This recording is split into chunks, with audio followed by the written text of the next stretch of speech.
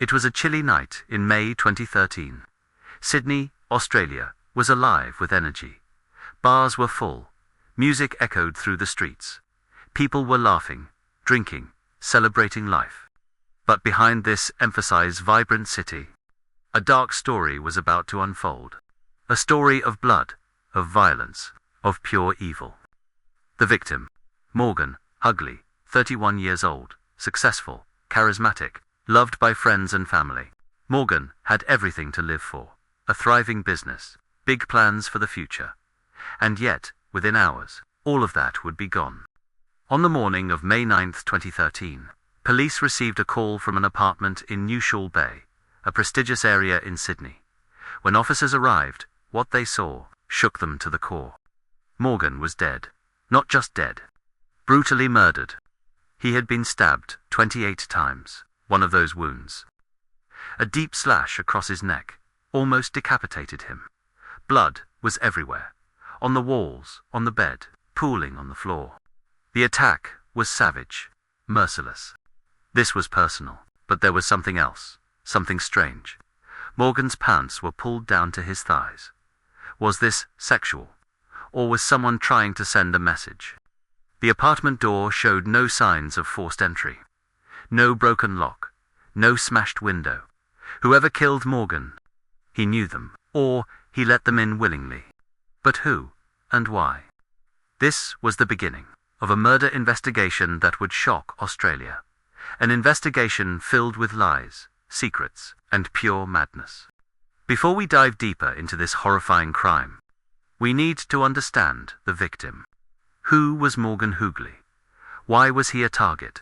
And what kind of life did he live before that fatal night?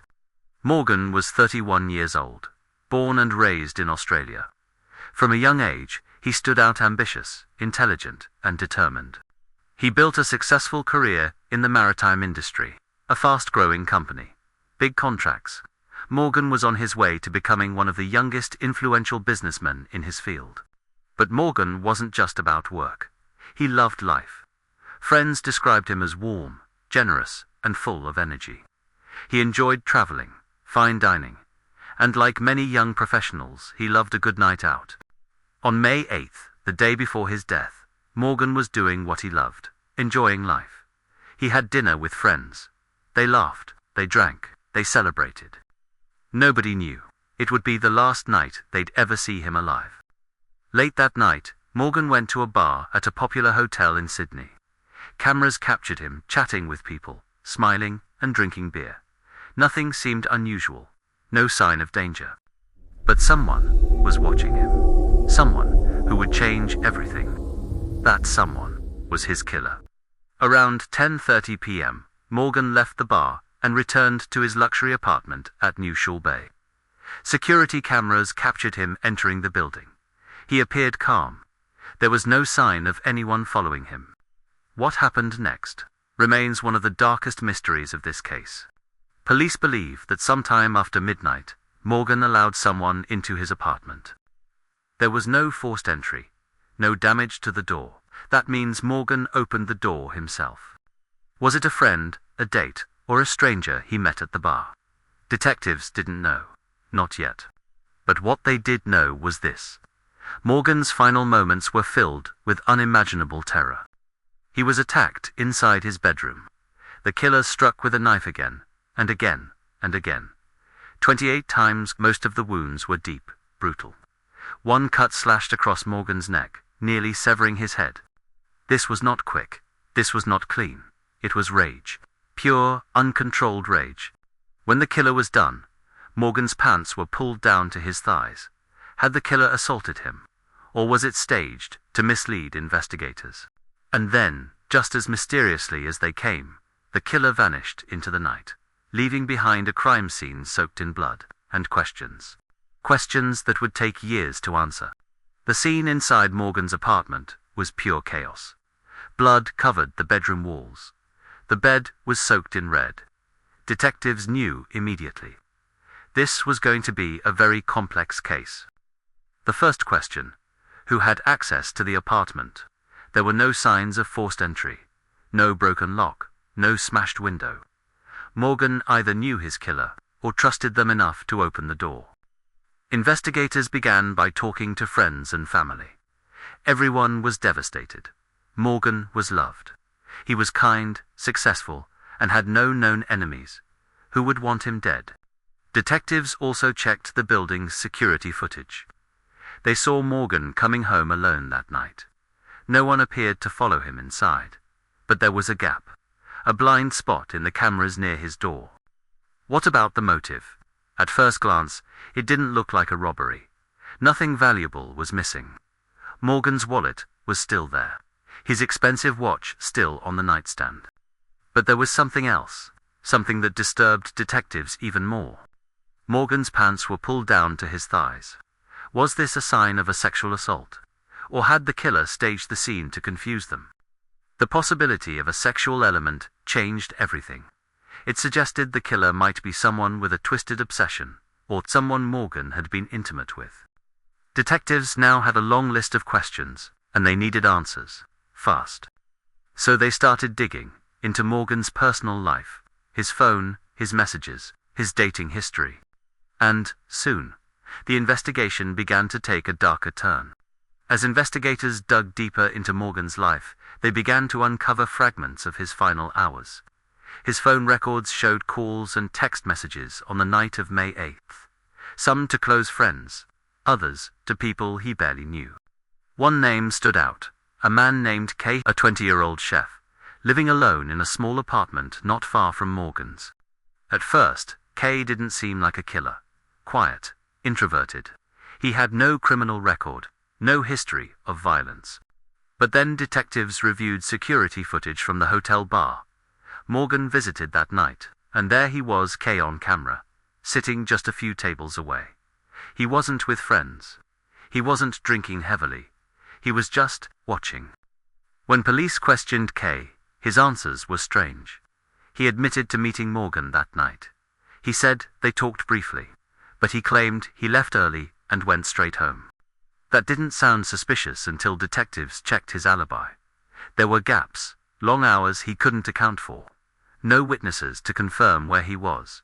And then came the first major break in the case. Forensic teams had collected samples from the crime scene, DNA, fingerprints, hair strands. When the results came back, they had a match. Kay's DNA was on Morgan's body, not just anywhere on Morgan's thighs and under his fingernails. That changed everything. Now Kay wasn't just a person of interest, he was the prime suspect. But why? What was his motive? Why would a young chef brutally stab a successful businessman 28 times? Detectives needed more evidence, and soon they would find it. In Kay's apartment, with DNA evidence tying Kay to the crime scene, detectives knew they had their suspect, but they needed more. Something undeniable. Something that would hold up in court. So they executed a search warrant on Kay's apartment. What they found inside was chilling. In the corner of the small, dimly lit room sat a black backpack. Inside, investigators discovered clothing with traces of blood. Tests confirmed which was Morgan's blood. But that wasn't all. On Kay's shoes, tiny specks of blood were visible under forensic light. Again Morgan's blood. Detectives also seized Kay's laptop, and what they found there revealed the darkest side of his mind. Hundreds of disturbing images, violent fantasies, and messages where Kay expressed a desire to hurt people, to kill. But the most damning piece of evidence was a conversation Kay had with a friend. In it, he admitted something terrifying. He said he often imagined murdering someone, and on that night, he finally did it.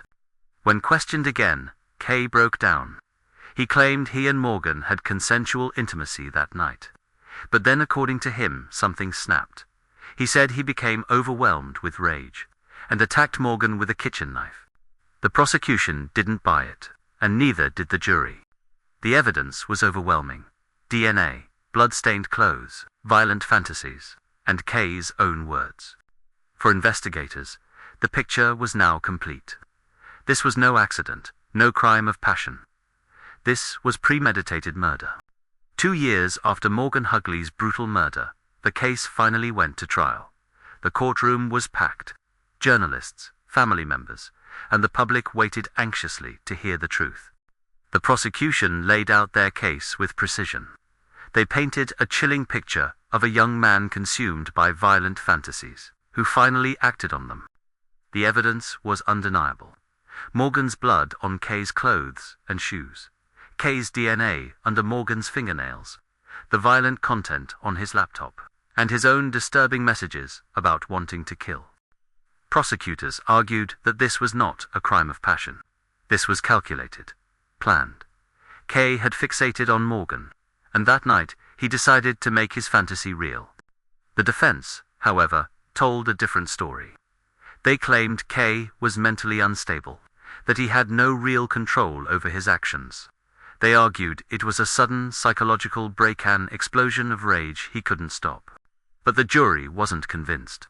The brutality of the attack spoke volumes. 28 stab wounds, one across the neck, nearly severing the head. This wasn't a momentary loss of control. This was something far darker. And then came the testimony that shocked everyone. A forensic psychiatrist revealed that during interviews, Kay admitted to long-standing fantasies about killing someone. He said it gave him a sense of power, control. As the evidence piled up, Kay's demeanor in court remained cold. No tears, no visible remorse, just silence. Finally, after weeks of testimony, the jury delivered their verdict. Guilty, on all counts. Murder, sexual assault, breaking and entering, and possession of illegal images. The judge's words were clear, firm, and chilling. Kay was sentenced to 40 years in prison, with a non-parole period of 30 years and 3 months, meaning he will not be eligible for release until he is an old man. As the sentence was read, Morgan's family wept. Justice had been served, but their pain will never truly heal. Outside the courthouse, reporters called it one of the most disturbing cases in Australian criminal history. A young man brutally murdered by someone who killed not out of hate, but out of a twisted fantasy. The verdict was in. Kay would spend decades behind bars. But as the courtroom emptied, as reporters filed their stories, one truth remained. This case still left many questions unanswered. Why did Kay kill Morgan? What really triggered that night of horror? Was it pure fantasy, or something more? Kay's own words in police interviews hinted at deep psychological issues. He described feeling powerful when imagining violent acts. He admitted to obsessive thoughts about death, and yet, no one saw this coming. Friends described him as quiet. A little odd, yes, but harmless. He had no violent record, no prior offenses. To the outside world, he was just another young man trying to find his place in life. So, how does someone go from being an ordinary person to a killer capable of such brutality? Experts say it rarely happens overnight. It's a slow descent, a build-up of dark thoughts, isolation, obsession, until fantasy and reality collide in the most horrific way. And then there's the question of opportunity. Why Morgan? Why that night? Police believe Kay had been planning this for weeks, maybe even months. He knew Morgan's habits. He knew when he would be home alone. It was the perfect storm, a killer's fantasy, and a victim who never saw it coming. For Morgan's family, these questions will never truly be answered. They have a life sentence of their own, a lifetime of grief, of wondering why their son had to die in such a cruel, senseless way. But this case also forces you society to confront uncomfortable truths. How many others are out there, hiding violent fantasies behind a normal smile? How many warning signs go unnoticed, until it's too late? For law enforcement, the lesson is clear. Violent fantasies expressed online cannot be ignored, because, for some people, fantasy isn't just a fantasy, it's a rehearsal. And for the rest of us, maybe the lesson is vigilance. Checking in on those who seem isolated, unstable, or obsessed with violence. It might not stop every tragedy, but it could save a life. As for Kay, he will wake up every day in a cell. 4 walls, no freedom, no power. The fantasies that once consumed him now mean nothing. And Morgan, he should have had a lifetime ahead of him. Friends, family, dreams yet to be lived. Instead, his name will forever be tied to one of the most senseless murders Australia has ever seen. In the end, justice was served. But the cost was a life that can never be replaced.